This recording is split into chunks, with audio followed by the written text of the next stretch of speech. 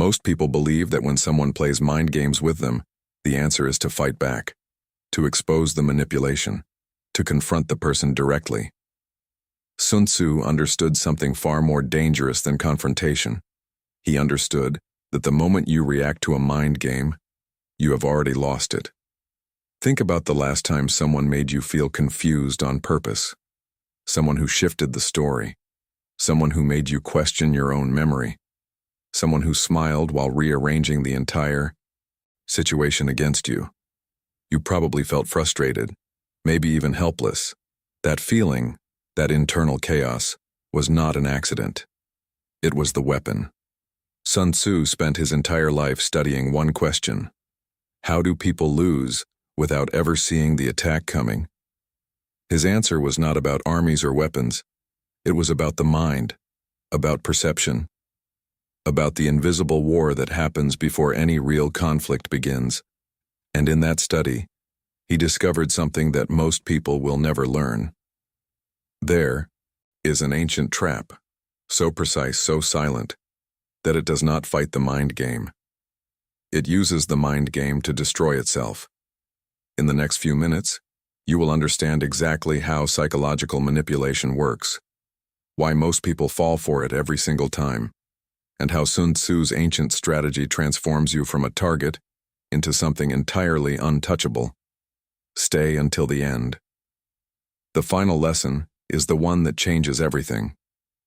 Sun Tzu opened The Art of War with a warning that most readers overlook. He did not begin with tactics.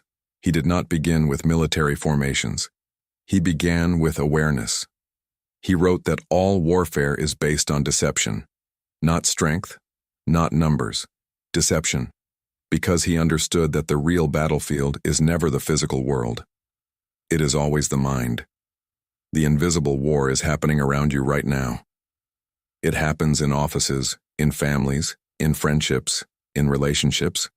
It happens every time someone uses your emotions against you. Every time someone distorts reality to keep you off balance. Every time someone creates confusion where there should be clarity. This is not metaphor. This is strategy. And the people who do it are not always evil. Sometimes they are simply skilled at something you were never taught to recognize. Sun Tzu identified what he called the terrain of the mind, the internal landscape where every battle is first won or lost.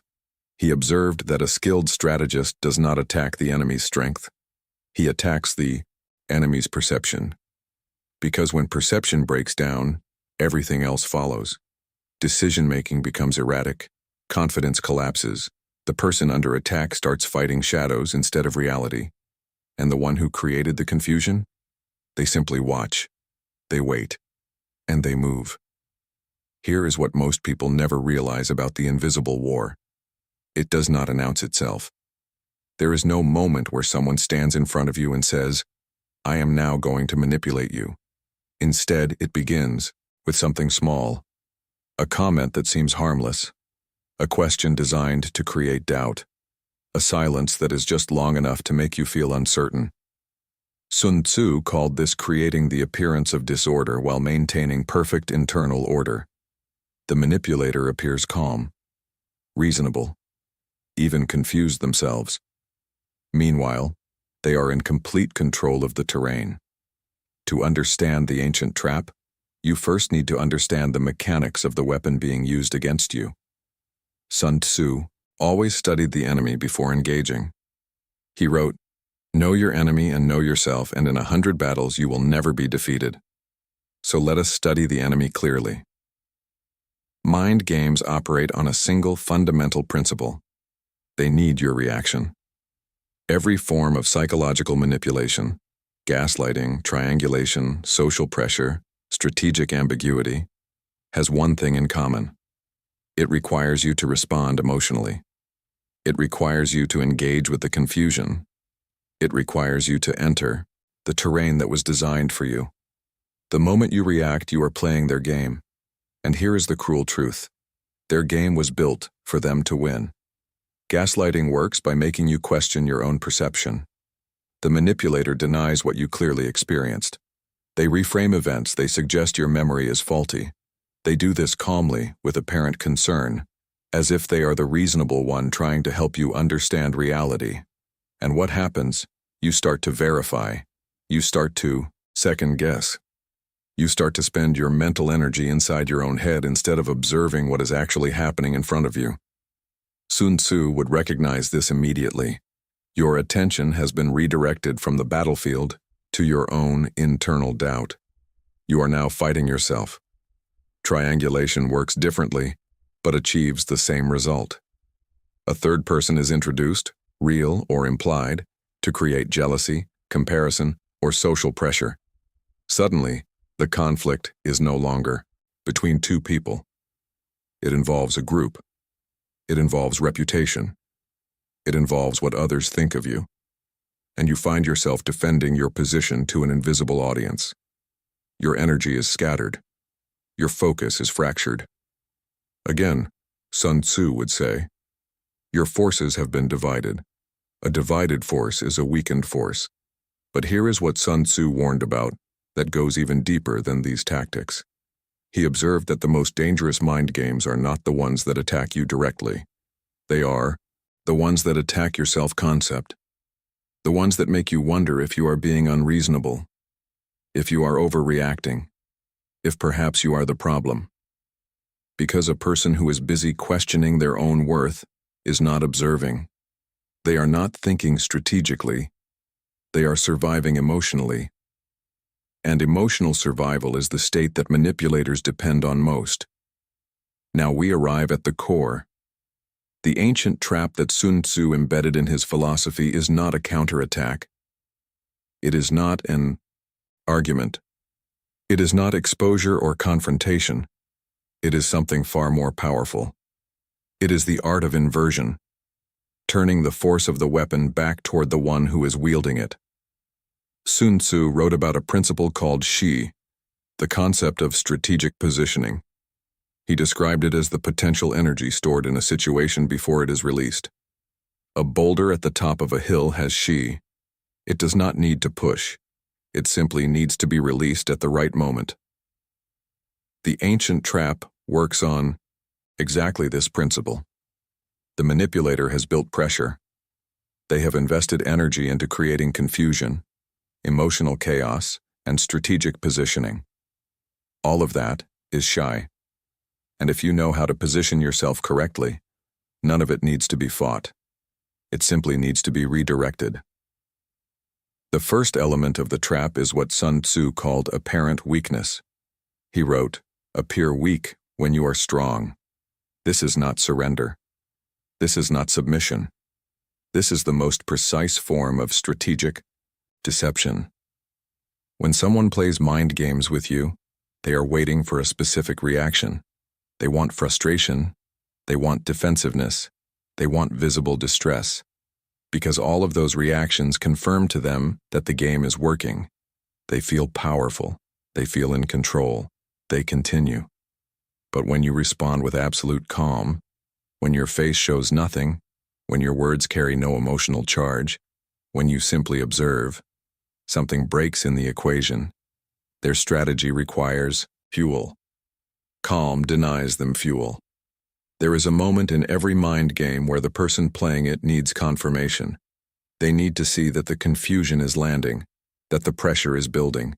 They probe for this confirmation constantly, through small comments, through sudden silences, through questions designed to trigger. Sun Tzu called this testing the enemy. And here is where the trap is set. When you respond with calm clarity, instead of the expected emotional reaction, you do not just deny them their confirmation. You create a new kind of pressure on them. Because now they do not know what you are thinking. They do not know if their strategy is working. And a strategist who cannot read the terrain begins to act irrationally. They push harder. They reveal more. They make mistakes. You have not fought them. You have made them fight themselves. The second element of the trap is what Sun Tzu called controlled information. He understood that power belongs to whoever controls what is known and what is unknown.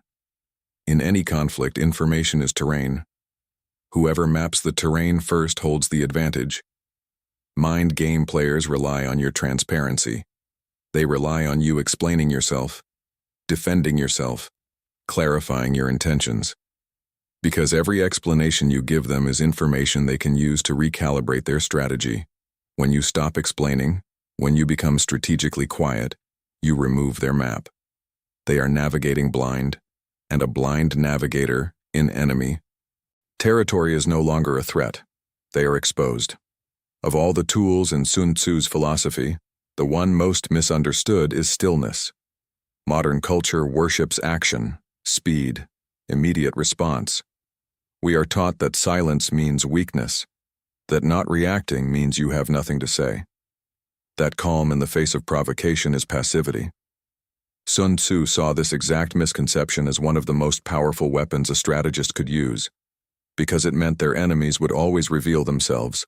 First, stillness is not the absence of power. It is the controlled containment of power. Think of a general who holds his entire army in silence on a hillside, watching, while the enemy below grows confused and begins to fracture. The general has not done nothing. He has done the hardest thing possible. He has waited with absolute precision for the moment when movement will have maximum impact. This is the stillness weapon. And it works in psychological conflict exactly the same way.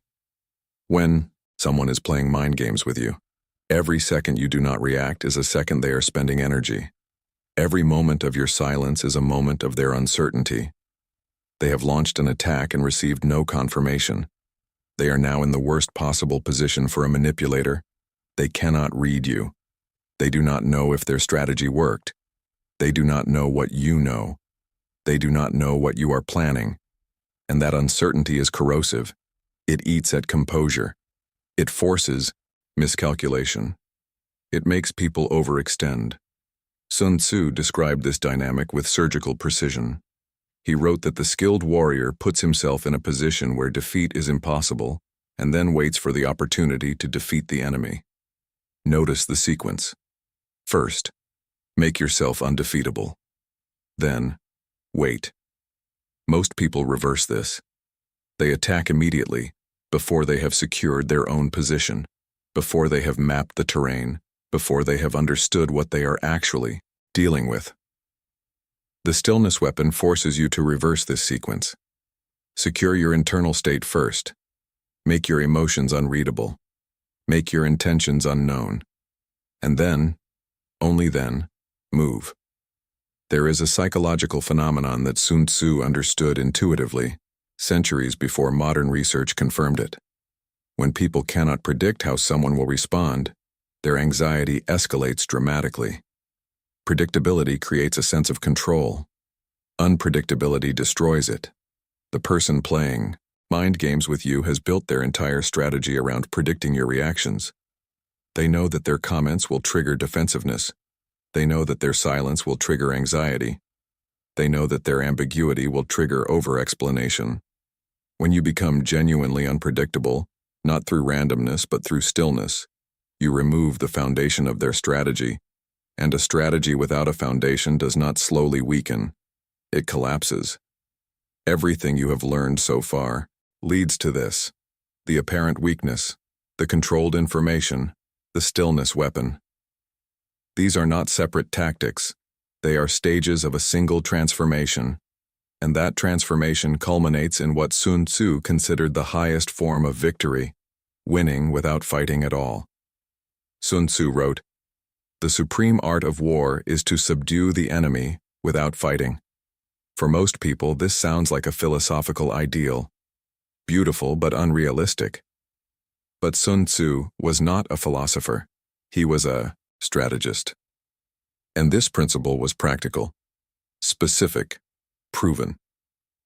What he meant was this: when your positioning is correct, when your stillness is absolute, when your information is controlled, you do not need to confront the mind game, because the mind game will destroy itself. Here is what happens when the ancient trap is fully in place.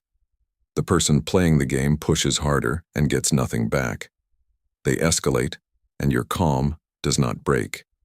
They try to read you, and there is nothing to read. They expect explanation, and you do not explain. They need confirmation that the game is working, and you give them silence. And in that silence, in that absolute refusal to engage on their terrain, something profound happens. The manipulator is forced to confront the emptiness of their own strategy. There is no enemy to defeat. There is no reaction to exploit. There is no terrain that belongs to them. You have simply stepped off the board. This is not passive. Understand that. Clearly, stepping off the board is one of the most active, disciplined, and demanding things a human being can do.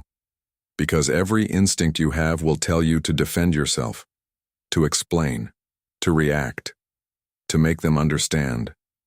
Those instincts are not weakness. They are human.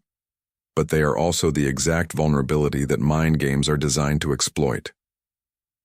The ancient trap is not about suppressing those instincts. It is about choosing, deliberately and with full awareness, not to feed the fire. Sun Tzu observed that every enemy has a critical vulnerability, not a physical weakness, but a psychological one.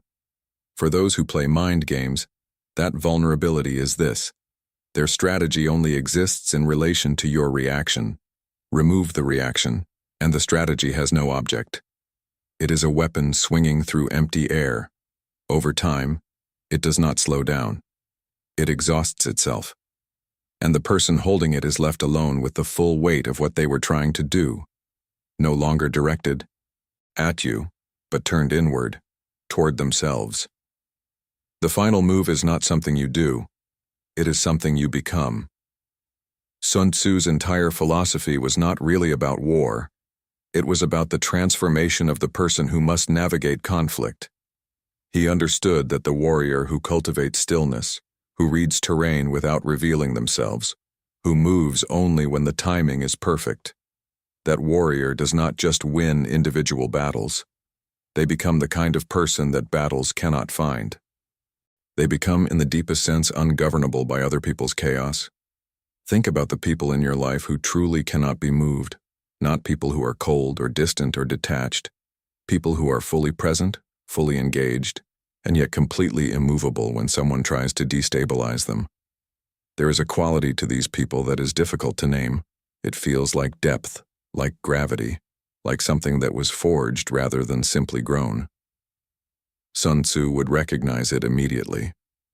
These are people who have internalized the ancient trap, not as a tactic to use on others, but as a way of existing in the world. Their stillness is not performance, it is architecture. And here is the final truth, the one that Sun Tzu embedded at the very heart of the art of war. The person who plays mind games with you is not actually powerful.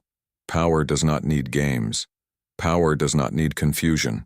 Power does not need your emotional chaos to sustain itself. Real power is self-contained. It requires nothing from you. The moment someone needs to manipulate you to feel strong, they have revealed the truth. They are building their structure on your reaction. Take away the reaction, and their entire structure has no foundation. They were never the strategist. They were never in control of the terrain. They were simply borrowing your energy and calling it dominance.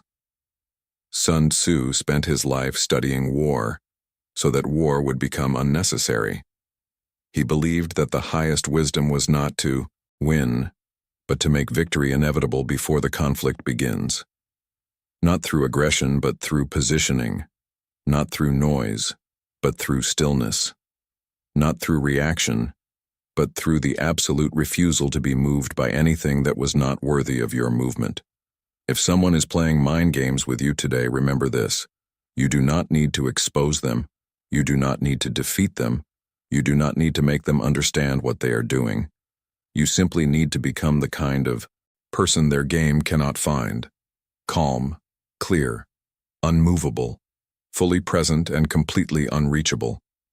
That is the ancient trap. And now it belongs to you. If this video changed the way you think about conflict, manipulation, and psychological power, do 3 things right now. Like this video so it reaches the people who need it most. Subscribe to this channel, because every week we go deeper into the philosophy of power, strategy, and the human mind, and drop a comment below telling me this. What is the hardest part of staying still when someone is trying to move you? I read every single response. Sun Tzu said that victorious warriors win first and then go to war, while defeated warriors go to war first and then seek to win. Choose to win first. Stay still, stay sharp. And remember, the most dangerous person in any room is the one who cannot be read.